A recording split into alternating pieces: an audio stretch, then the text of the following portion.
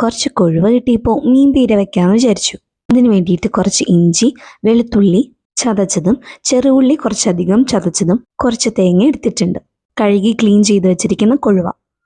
മൺചട്ടി ചൂടായി അതിലേക്ക് കുറച്ച് വെള്ളം, 2 കുടപ്പുളി കീറിയത്, കുറച്ച് മഞ്ഞൾപ്പൊടി ഇടുക. അതിലേക്ക് നമ്മൾ നേരത്തെ ക്ലീൻ ചെയ്ത് വെച്ചിരിക്കുന്ന കൊഴുവ ചേർത്ത് ചതച്ച് വെച്ചിരിക്കുന്ന ഇഞ്ചിയും വെളുത്തുള്ളിയും, ആവശ്യത്തിന് ഉപ്പും കുറച്ച് കറിവേപ്പിലയും വളരെ കുറച്ച് വെളിച്ചെണ്ണയും കൂടെ ചേർത്ത് ഈ കൊഴുവയൊന്ന് വേവിച്ചെടുക്കണം. ചെറു തീയിലിട്ട് വേവിച്ചെടുത്താൽ മതി. അല്പം ചാറോടുകൂടിയ മീൻപീരയാണ് ഞാൻ വെക്കുന്നത്.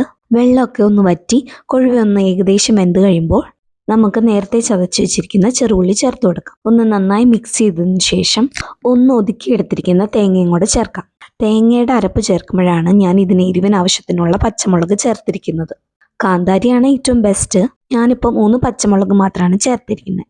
എല്ലാം കൂടെ നന്നായിട്ടൊന്ന് വറ്റി വരുമ്പോൾ ലാസ്റ്റ് ഫ്ലെയിം ഓഫ് ചെയ്ത് അല്പം പച്ച വെളിച്ചെണ്ണയും കൂടെ തൂക്കി കൊടുത്തു കഴിഞ്ഞാൽ മീൻ പീര റെഡിയായി.